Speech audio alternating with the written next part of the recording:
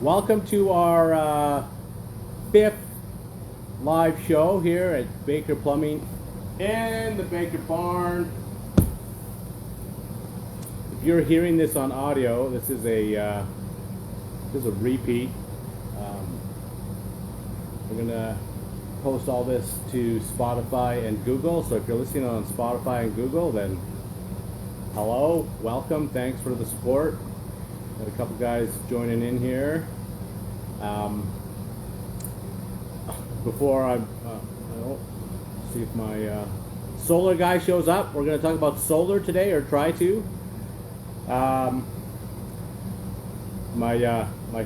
furnace is going to shut off here in a second, so if you hear some background noise, I apologize for that, but it won't be much longer, a couple of minutes.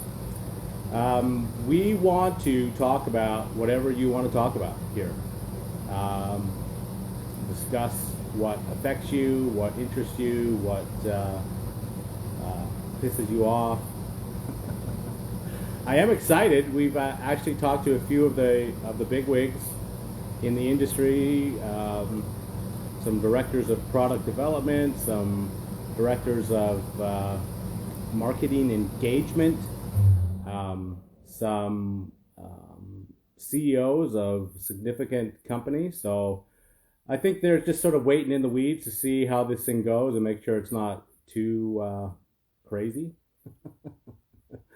But they're certainly interested, so we're hoping to have some frank discussions with those guys and see what's happened over the last couple of years in their businesses and how it's affected them, which obviously eventually affects us. Looks like I've got my request in. There he is. Going to join us in a second here. Takes a minute for Instagram to make that connection. So, Bob, can you hear me all right? Can you hear me all right? Yes. Yes, sir. I'm going to move my camera back just a bit now that it's sort of. I'm going to try and stick her in the couch here so that it doesn't bobble all over the place here. Fingers crossed. Stay. There we go. That's not bad. There. Hey, a little crooked, but not too bad. I'll just angle my head. That's how our life is, right? A little crooked. Yeah, exactly, right? Yeah. All right, Ryan. We yes, have sir. 11. Oh, damn it.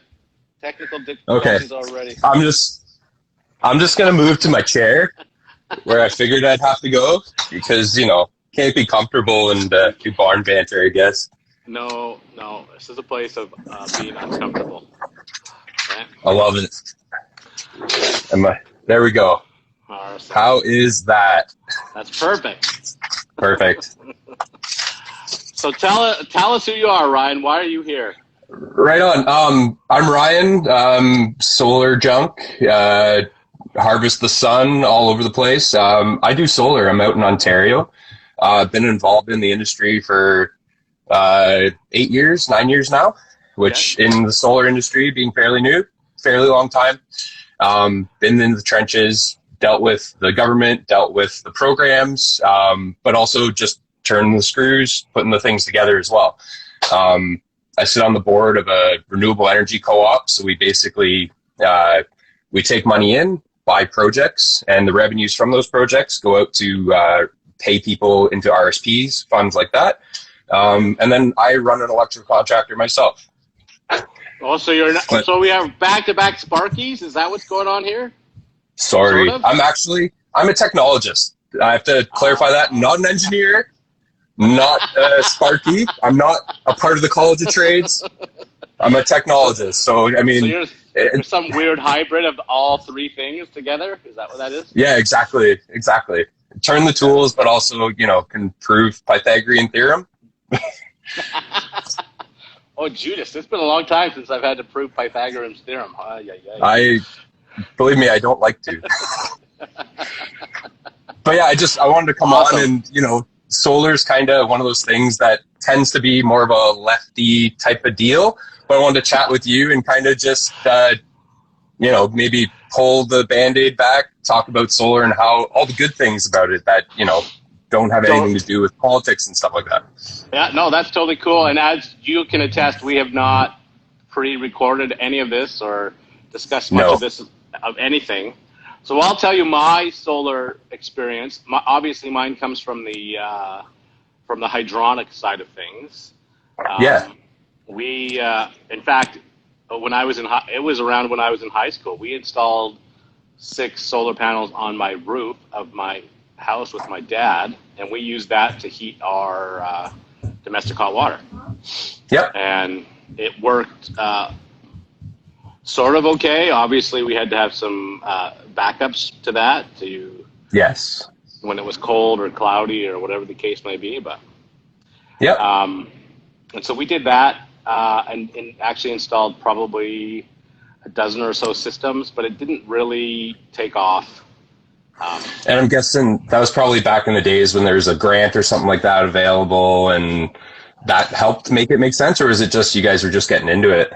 Yeah, I Trying won't it even out. lie. It was, like I say, I was probably 18 or 20, Yeah. somewhere in there. So I was just, like you say, just doing what I was told. Just Gotcha. Yeah. Yeah. Yeah. And I've, like, my focus naturally is on the electrical side of things, PV, power production.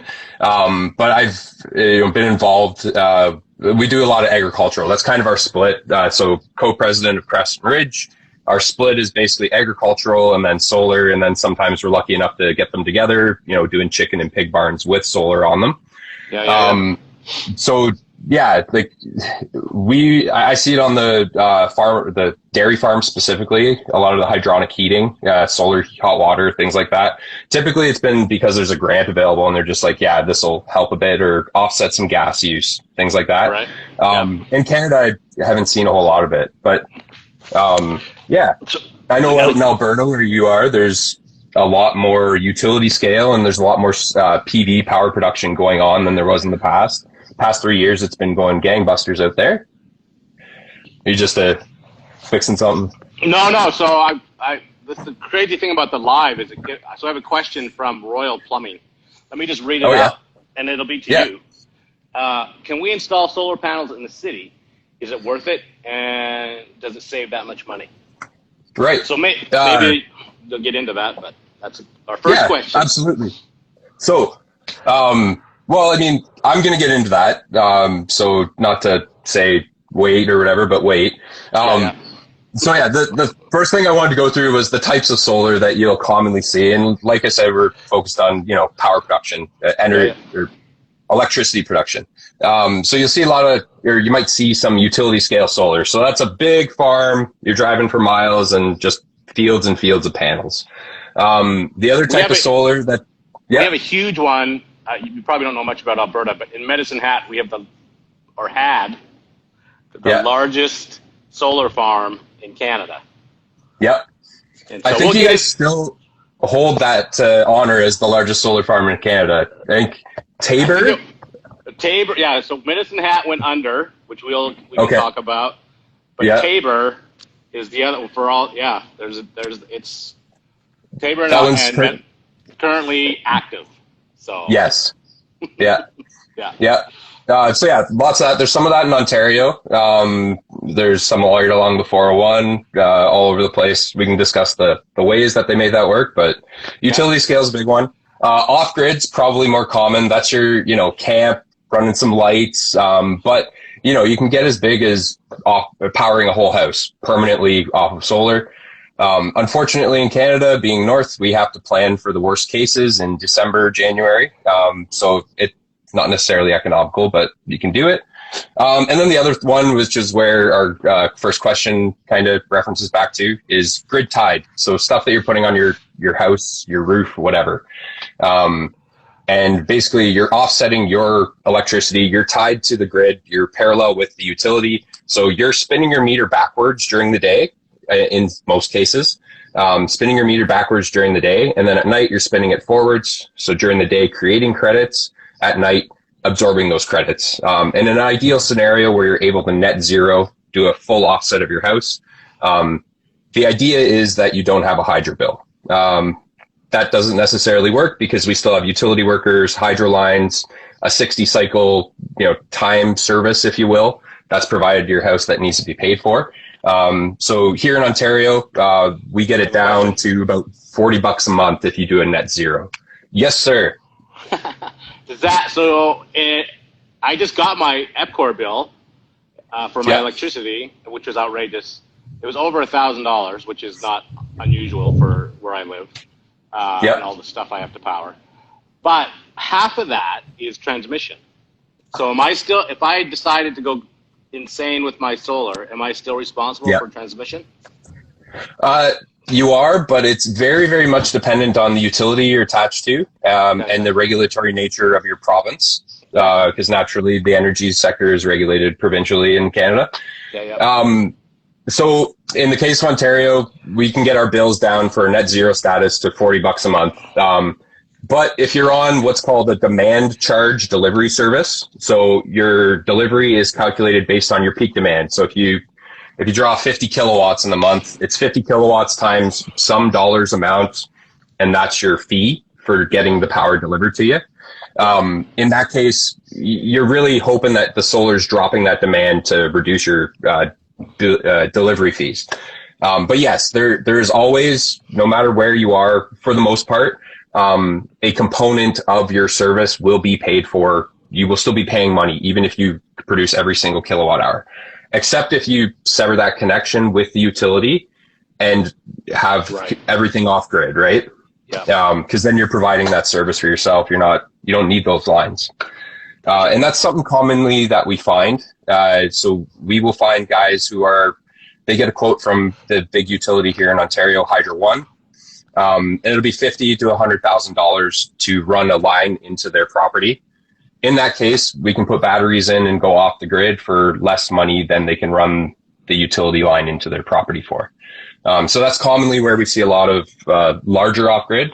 We also get a lot of questions for guys with the camps in Ontario. It's Northern Ontario, French River area, guys like that, doing lights and a little bit of heat. Just with a bit of solar in the summertime. And so naturally, each type, there's hurdles. A lot of people think you can just kind of go buy solar panels, start nailing them to your roof, or build a ground mounted system and go. But I saw a YouTube video, man.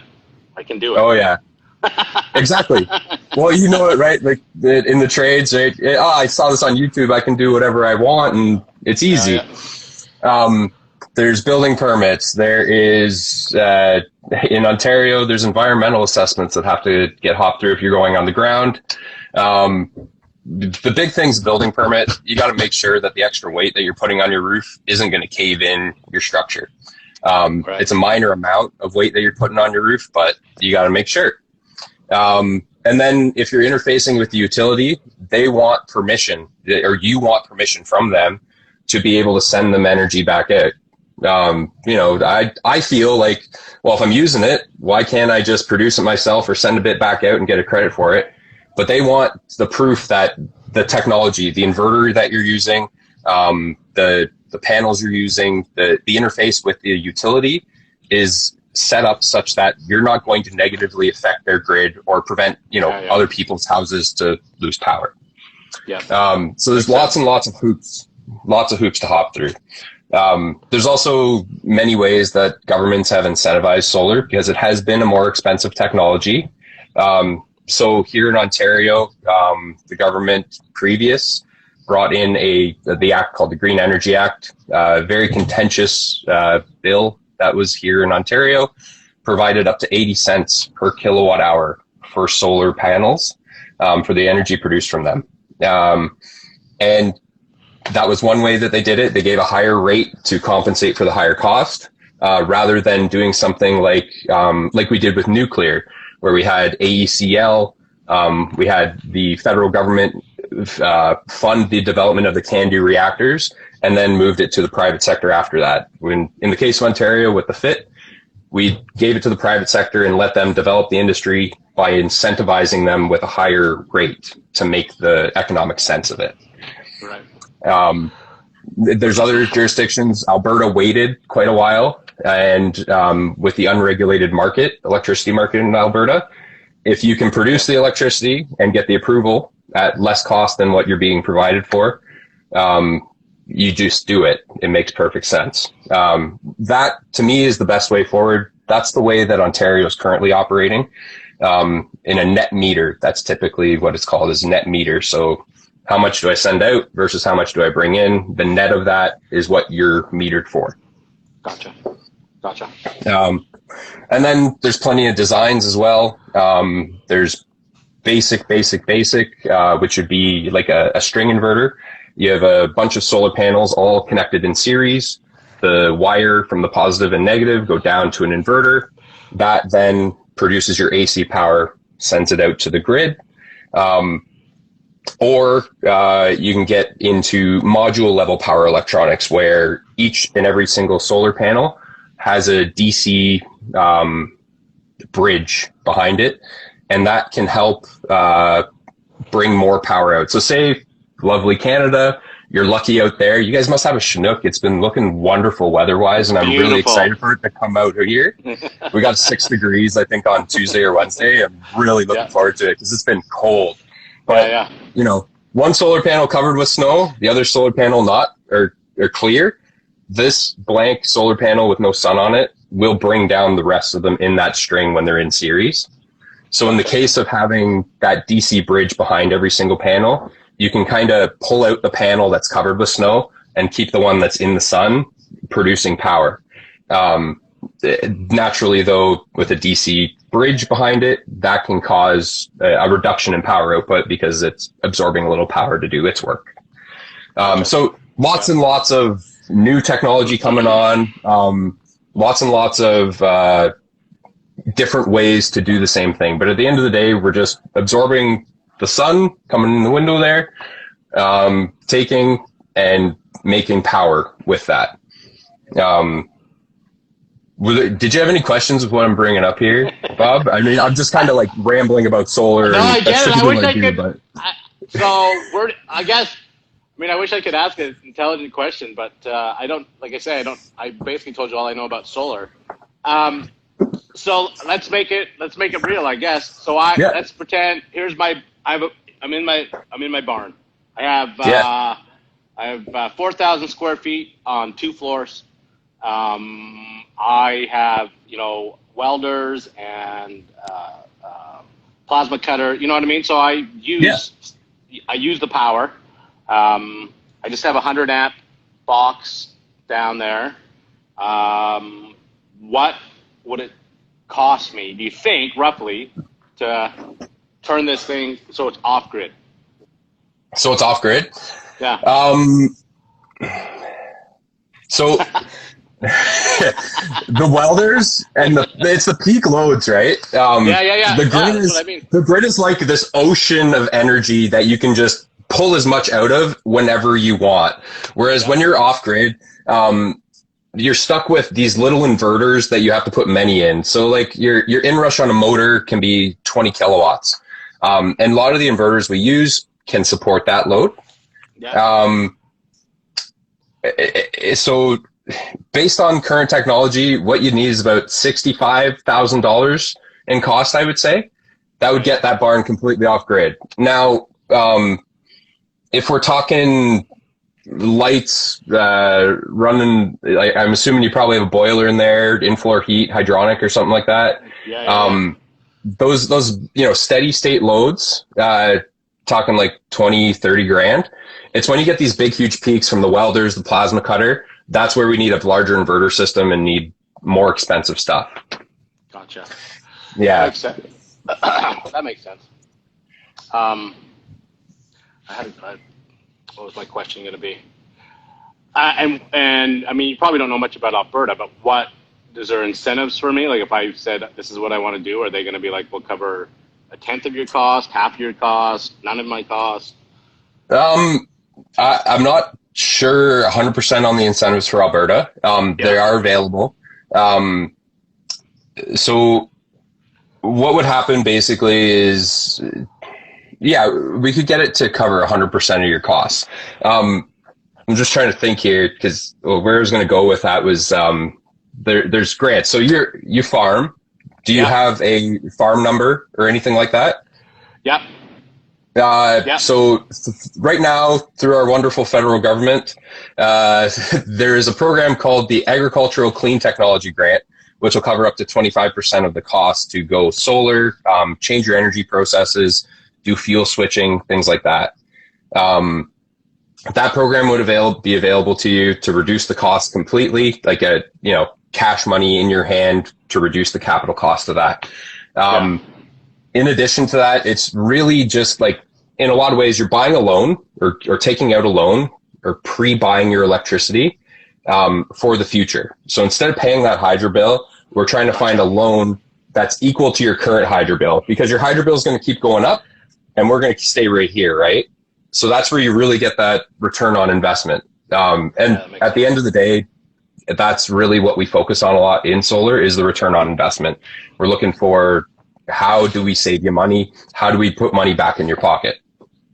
Because as you know, and as government's not going to lower the cost of doing that business in the future. No, that's for sure. You must have watched, and I guess this will tell you my naivete on the whole thing, is I watched the Netflix series on the off-gridders. Forget the name of it.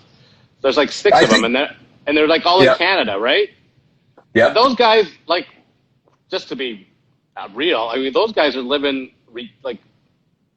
caveman-like lives. Like, hey, you know what I mean? Like, they're like, no, we have no TV, and we have no, we can use the internet for like 45 minutes a day before it blows our batteries are drained, right? And so he's out there with the water wheel trying to freaking, have a shower. I mean, is that the reality? Is that really where we are with solar at this moment? Or is that Netflix being dramatic? I would say it's Netflix being dramatic. I mean, there are definitely people who operate that way. Few and far between.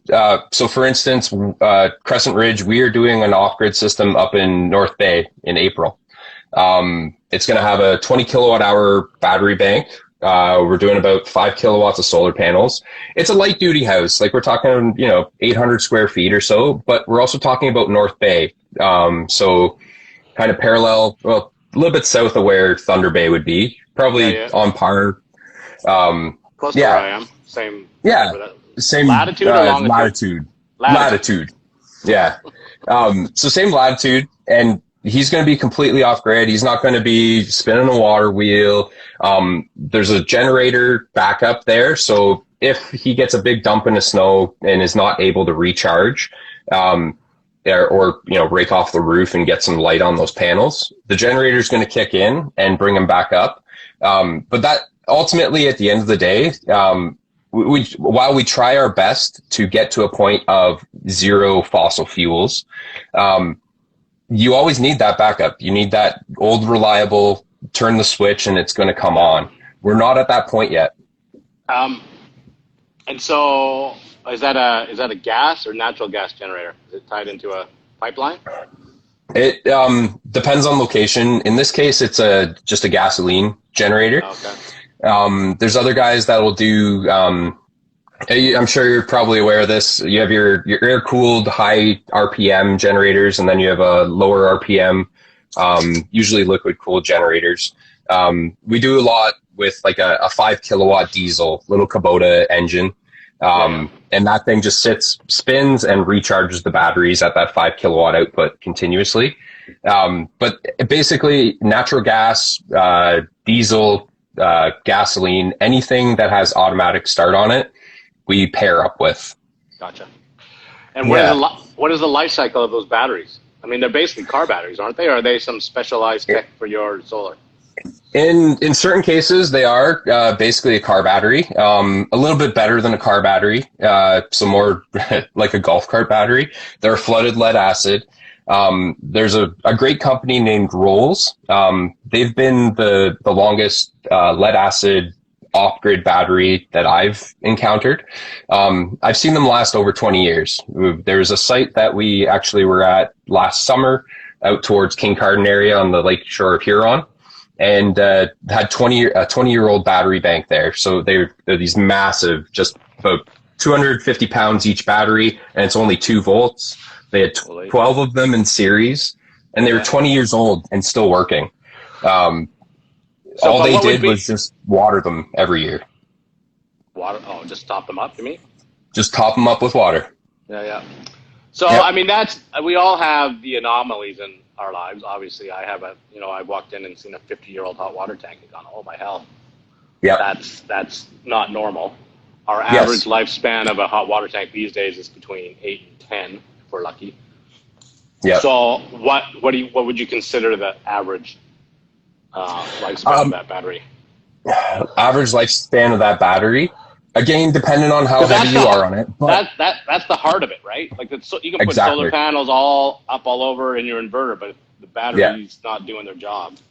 Yeah, if you don't have somewhere to dump the water, like if you don't have a lake to dump the water into, you're pooched, right? So depends on how hard you run them, but I would say 5 years to 15 years for lead acid. Yeah. Probably, 5 to 10 years is probably the average range, I would say. If you're getting 10 years, that's pretty good. If you're getting 5 years, that's an outlier. That's not good. Or you're really running your batteries too hard, and you should have had a larger battery bank from the beginning. Then when you get into lithium, it's a little bit of a different story. They have a longer cycle life, so they'll go 20,000 to hundreds of thousands of cycles. And you can go 20, 30 years on those quite easily, just with the amount of cycles that they're warranted for.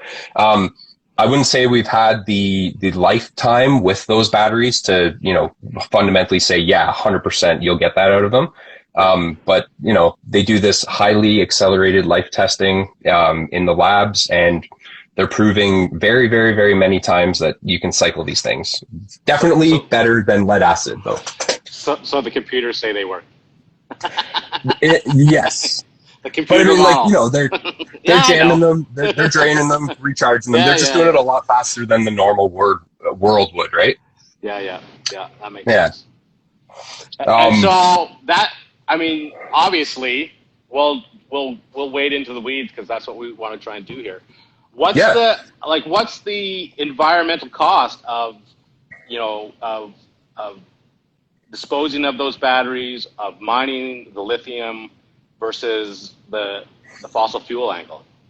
Yeah. Is there an answer to that? I don't have the exact answer. I don't have the documented proof of everything. Lithium ion batteries are dangerous. They are not good for the environment. Cobalt, the way that you extract cobalt, the way you extract lithium, it's no better than extracting oil from sand. It's just a fact of it. Whether or not we are at a point where you can say, after you've factored in everything and kind of taken call it its carbon life cycle, or whatever metric you want to put on it. I don't think we've had the time yet to put that all together in a box and say, this is the box for batteries and solar, and then this is the box for oil and generators. But solar, at the end of the day, especially when you're talking about rooftop solar, you're talking about a system that is fixed there. It's just sitting there, passively producing electricity, where with a generator and other things, you have spinning components. And, it's the same with wind generation as well.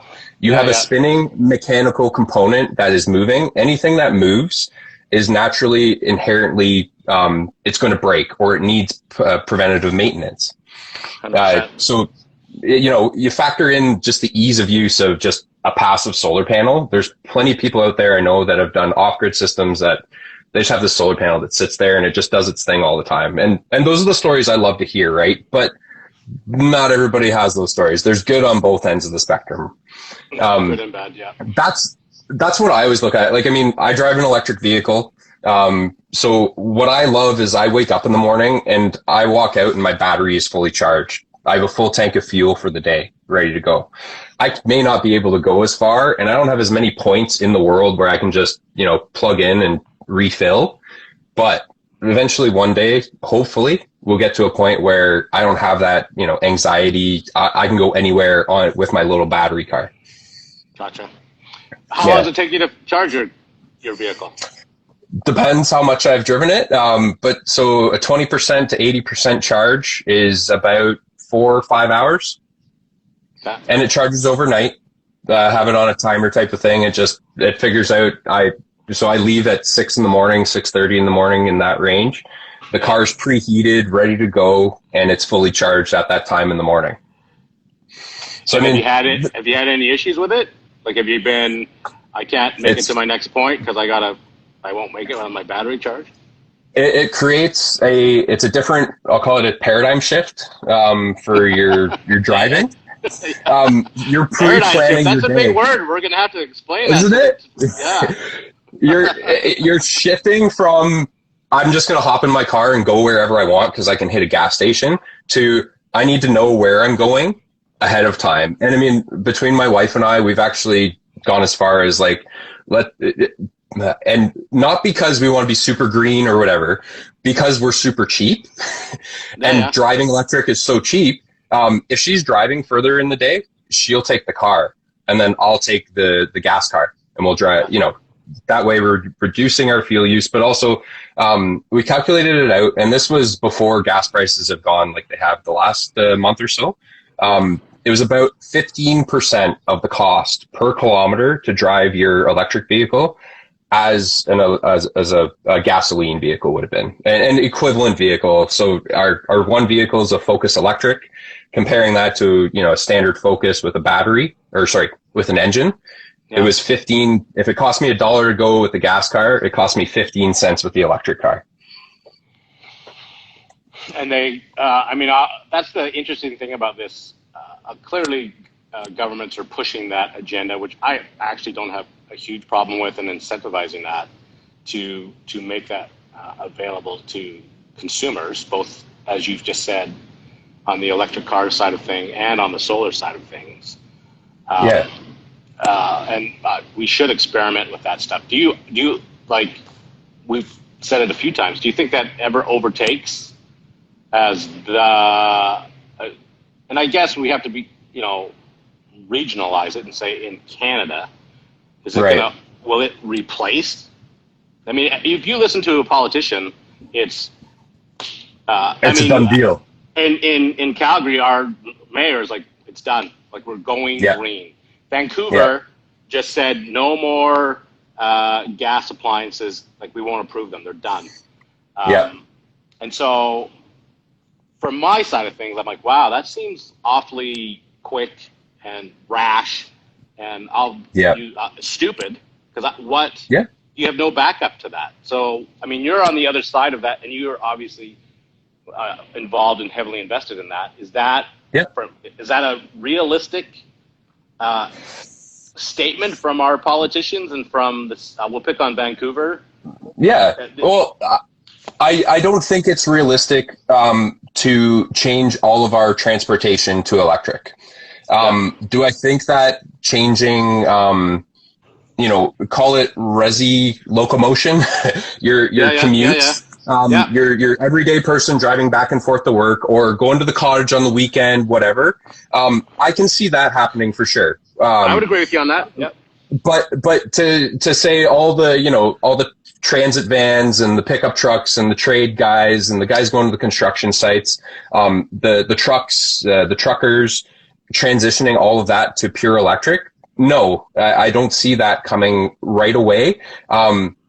Do I see it maybe by 2050 or 2080? Possibly. But I can't confidently say that. And I'm on that side where I'm like, I want everything to go electric. I think it makes sense economically, especially with where prices have gone. And also, like, the one thing that I'm all about is, at the end of the day, whatever end of the spectrum you're on politically, if you don't drill the oil out of the ground, it's still going to be there in the future to pull out, right? So if we go and do this and try it and we fail and it doesn't work, we still have that Millions there. Of people we know it's well, hopefully not. I don't advocate for that, but I can see, heat pump technology is getting much better. I'm involved with some social housing developers where they've gone to all electric heat in their places. They're still putting baseboards in because there are those cold -30 days where the heat pumps simply just can't make heat. and so they still have to do that, but they are switching over to completely electrically heated buildings. They're offsetting that cost by putting solar panels on the roof, and then they're getting either low interest financing from areas like CMHC, the Canadian Mortgage and Housing Corp, to help pay for that. Or they are getting grants from the government. So like one area that I was involved in was the Climate Action Incentive Fund, where I pretty sure it's the only spot that I've actually seen where the carbon tax has actually been refunded back to the people. So a bunch of good. Yeah. Yeah, at least they're doing something with it. At least it happened, right? You know, maybe not all of it, but at least it happened. So a bunch of my customers, farmers, and this housing developer, actually, they received that 25% reduction in the capital costs of their projects through that fund. So there are good ways to do it.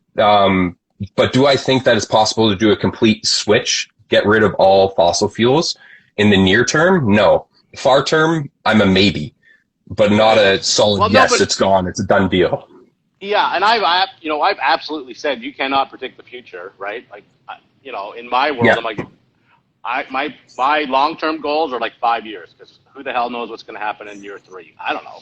Yeah. And so it seems, you know, foolish and I get it. They're selling points when the politicians are like, we're out. Yep. You know, no more fossil fuels. We're saving the world. I'm like, yeah, that just seems foolhardy to think that that's actually, you know, I guess, I mean, it's advertising, right? This is what we're going to do. GM, I think it was it late last fall, said, you know, by 2025, we'll no longer be producing combustion engines. And I'm like, how is that? Like, how are you going to do that? How am I when it's the middle of January and literally my truck doesn't ever, like, it stays running for 96 hours, right? Because I'm either in it or it's idling because I'm going to be in it in the next 35 minutes and it's too freaking cold outside for me to even shut it off. How is energy, like you said, at this moment in time? So the snapshot is, it's, you know, I got to sit for 5.5 hours waiting for my truck to charge when it's minus 40, which means it's going to be more like 15 hours to charge it. So I can go get, because you have to sit there and heat the battery the whole time so you can actually charge the thing. Oh, 100%. So I got to go tell Mrs. Johnson, I'm going to be there maybe tomorrow. Just got to wait for my truck to charge, and I'll come get you some heat. That doesn't make sense. And you know what? Maybe there's some kind of technology that I don't know of that'll make it so that that's not a case. But I mean, GM to me is very frustrating. And not just with the whole, like, maybe you know about the whole Elon Musk not getting called out by Biden and GM's like the EV of the future and all this stuff.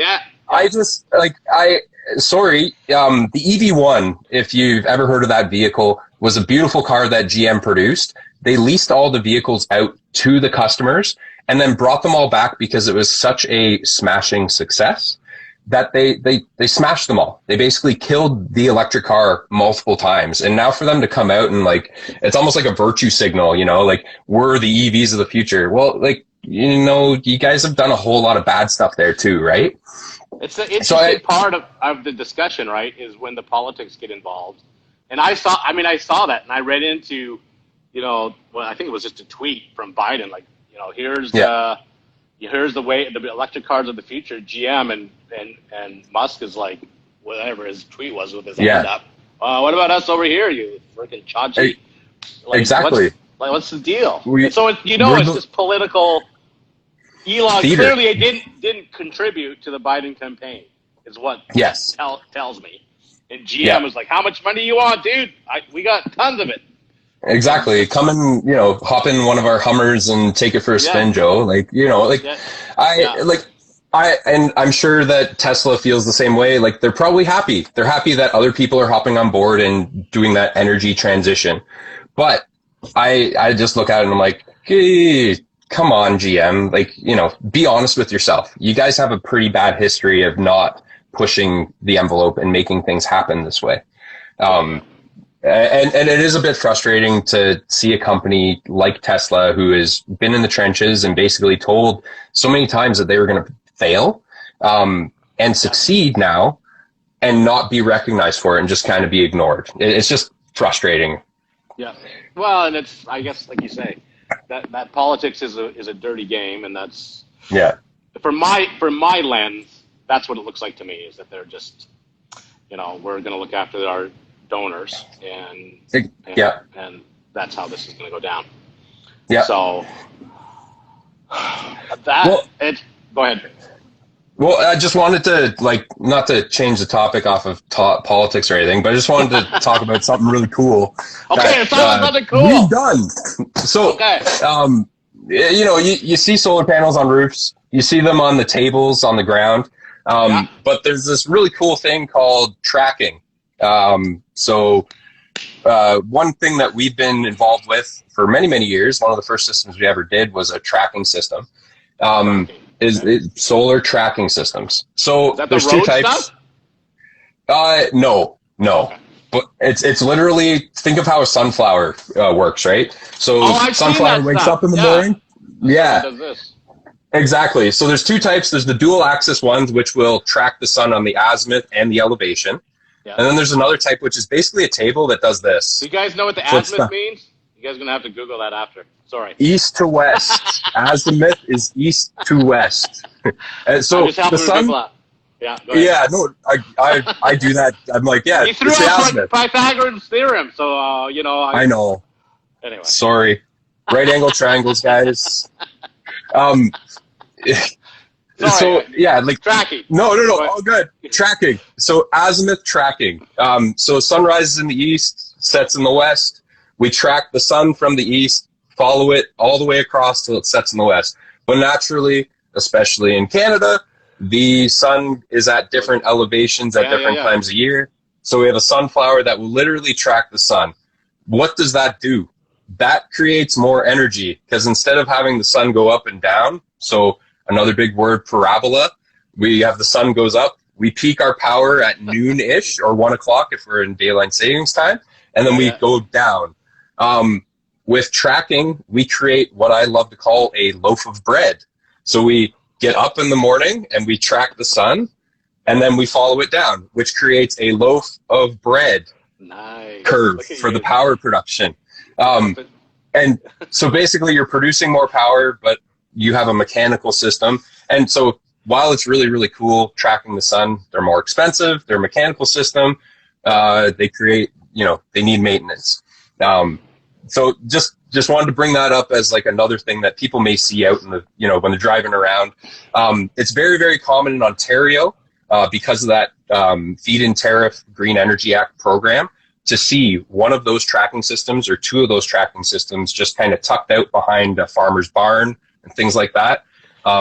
That really was a good economic program for a lot of the farmers in our area. They paid $100,000 or so, or call it $50,000 to $100,000.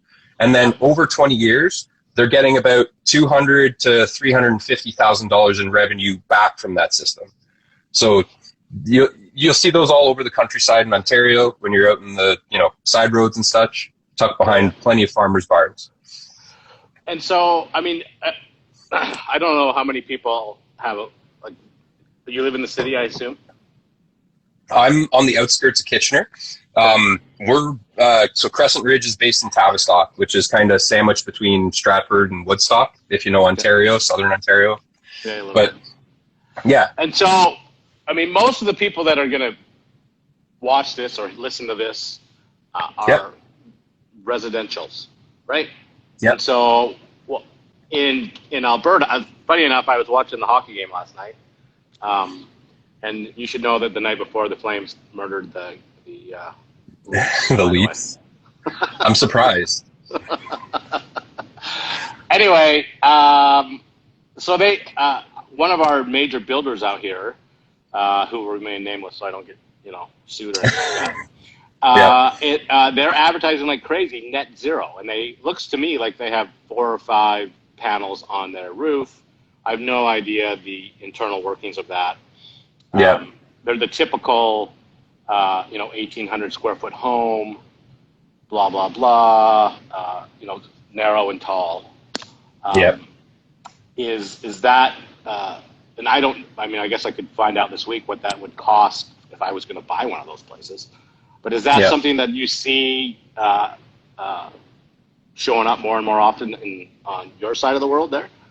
Yeah, more often, yes. As often as I'd like to see it, no. Because I think that new build residential, it's the perfect time. It's the perfect time to get everything roughed in and done.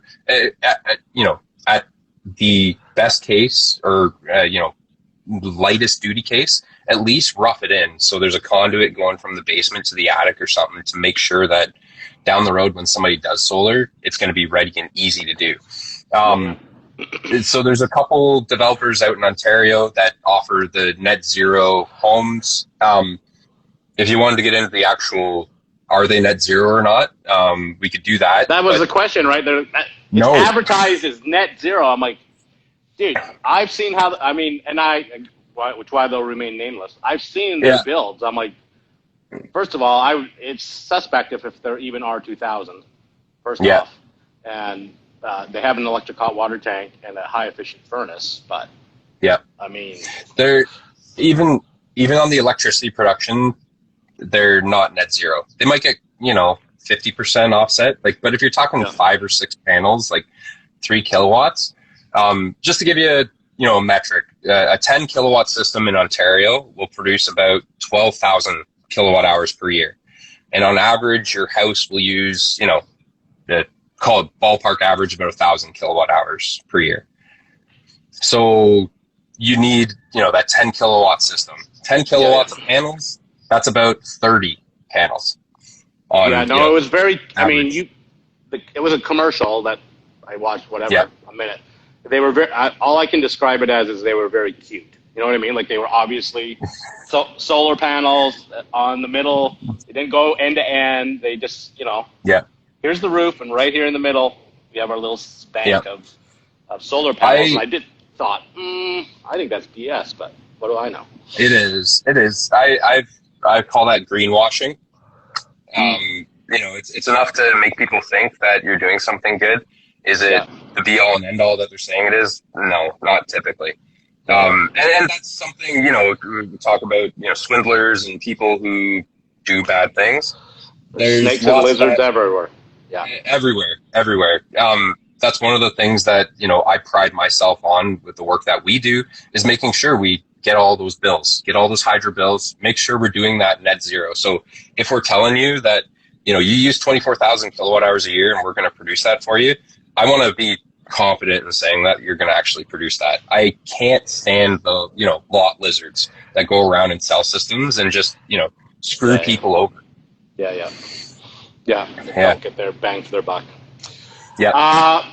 So we've covered types of solar. We've covered the challenges. We've covered locations to place. A little bit about the incentives. We could probably talk for hours on that, but it's super area of jurisdiction crap, right? Like wherever you live. Very much. Very much so. For sure, if you're interested in that, I got to think that with the politicians fully on board with it, that there's got to be lots of information. Yes. In Canada, is there somewhere? Is there a certification, or is there some accreditation that you can look for so that you minimize your chances of dealing with a lot lizard or one of the snakes in the grass? I wish I could say there was. So there is a renewable association in Canada, industry.org, but they have a code of ethics that you're supposed to abide by. Is it enforced? No, I wouldn't say it is. Is it inspected? Probably not. I would defer to things like your inspection authorities, your ESA in Ontario. I think the utilities do it out in Alberta. I'm not sure if you guys have a central inspection authority for electrical. If it's gas or hot water, TSSA, I'm sure, would be involved in that in some way, shape, or form. Yeah. But to really to say that you can go to this place and the people in this list would be half decent folk that would, get a quote or a few quotes from these people and you'll get a good job. There isn't that source right now. what I would say is if you're looking at solar, if you're doing solar, you're interested in solar, ask lots of questions and get lots of quotes.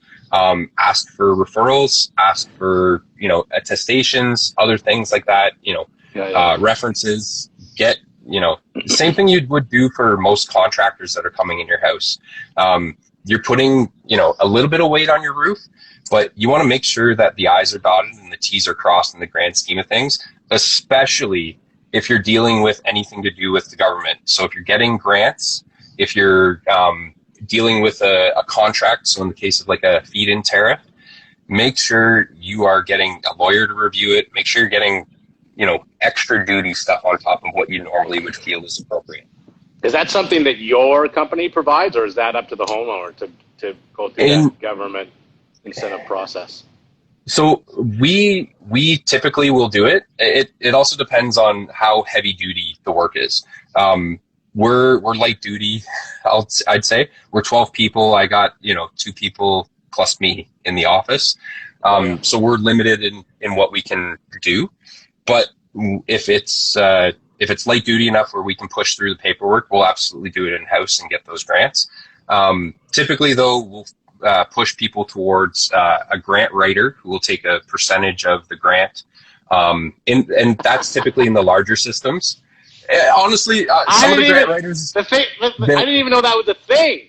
That's I know. Super news to me. Anyway, that's cool. They are skilled at writing words to government. Yeah. But we typically would do that on the larger systems that we're quoting or working on, push them towards a grant writer. In the case of things like, maybe you heard of the Greener Homes Grant. So there's a $5,000 grant that you can get from the federal government. In that case, it's a little application on the NRCan website they have to go through. So in those cases, I'll sit with somebody, we'll go through the application together. Typically, though, I can just kind of email somebody a link and they'll just hash through it themselves. And if they need help, I'm here to help them. So yeah, to answer the question, both ways. If it's a residential, smaller system, we usually get the homeowner to take care of it. If it's a larger system, commercial-based, we'll take care of it in-house. Cool. Yeah. Well, I won't lie to you. We're into this for almost an hour. I didn't think I was going to be able to talk about it for an hour. Nice job. Holy cow. I'm a talker, so. That's good. So yeah. What's a question I should have asked, but I'm too dumb to ask you that you want to say? Why should the government stay out of this? Oh, okay. There we go. And so, you would think I would know that because I hate the government. You're killing me, Bob. So why should the government stay out of this? So I'll give you a couple options or a couple examples, and they're Ontario-centric because that's where I am, and we're the big province, and we matter the most, Bob. I know. ask anybody from Alberta. We all hate you. Exactly. I love you guys. In fact, that just before I get into that, that's one thing I wanted to say is Alberta is the sunniest province in Canada. You produce more per watt of panel in Alberta than you do anywhere else. And I love the sun. I kind of want to move out there. Sun, oil, women, money. What else do you want, man? Big Rams? Heck yeah. I'll be rolling up in my Cybertruck, but you'll have to forgive me. Yeah. So I'll make fun of you. Don't worry about it. Yeah. Oh, perfect. I get that enough from my guys if they're watching here. Anyway, why should the government stay out of it? So I'll give you both ends of the spectrum, both a left perspective and a right perspective. So in Ontario, the previous Liberal government brought in the Green Energy Act that we talked about, which gave that 80 cent per kilowatt hour energy rate to electrical or solar installations up to 10 kilowatts. That is like nightmare fuel for the PCs out here. Like 80 cents when we're paying 5 to 8 cents per kilowatt hour? What the hell are you doing? How crazy is this? The program, though, was very much, a right, let the private sector build the industry way of doing things. So, the program, excellent. The execution, very, very liberal, and very, let's just open our wallets and spend money. The actual effect of that on the books in Ontario with those 80 cent contracts, I feel has been blown way over what it actually is. So those systems that are getting those 80-cent contracts are 10 kilowatts and below. They're typically roof mounted, although in the very early beginning, there was a lot of tracking systems that got that rate. But anyway, fact is, a Liberal government made a program that paid way too much for the energy that the system is producing, based on a right side way of incentivizing private sector to build an industry. So, you know, big bottle of left and right all kissing and making friends with each other there. That was one thing that happened. Then, when the most recent government, Doug Ford's government, the PCs, made it in, they brought in the first thing they did was they dropped the Green Energy Act. We were at a fit rate of, I think it was 20 to 22 cents per kilowatt hour at that point. So they shut down that program. And, you know, thank you. It was a nightmare paperwork hell. So thank you for shutting it down. We moved to a net metering scheme where it's very much I'll call it like a libertarian style. You produce your own energy that you're consuming. We moved to that. But then on top of that, he also brought in a reduction on the electricity rates. So the electricity rates that we're trying to reduce the cost on, he then lowered them, making our ability to sell new projects that much harder. So you had government go in and they're taking money from deficit spending and basically refunding it to the Ontario people.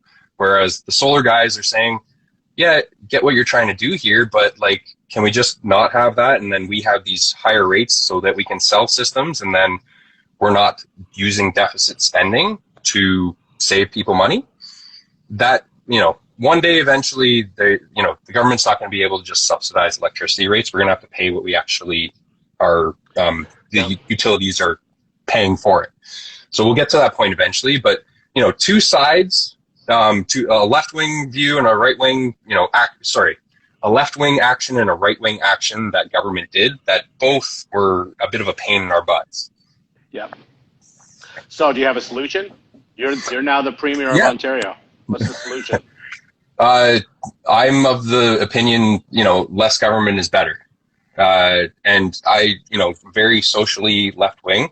I would say economically very right-wing, fiscally right-wing.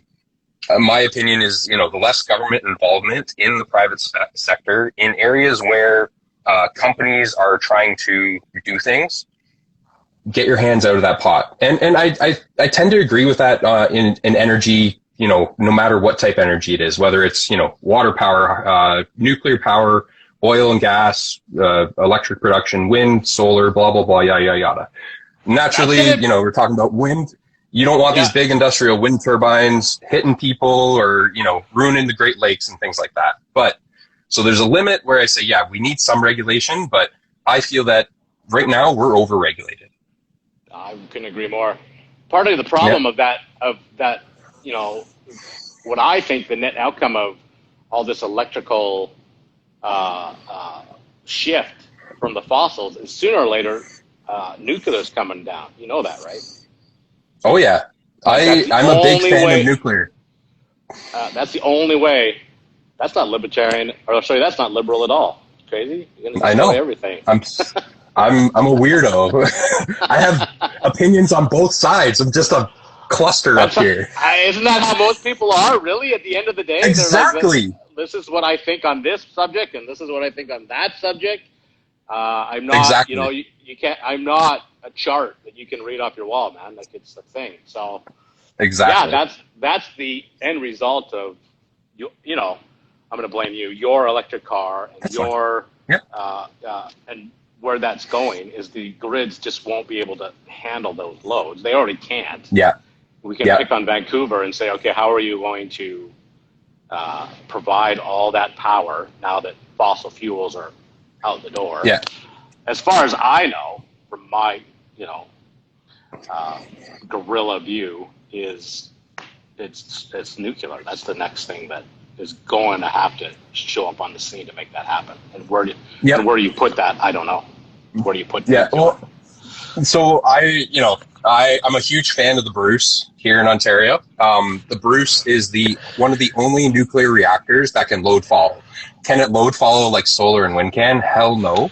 But hang on a second. You gotta hang on. Yeah. It says I only have 10 seconds left. I think I've hit my hours. So okay. I'll shut it down. I guess it's going to kick me out, and then we'll.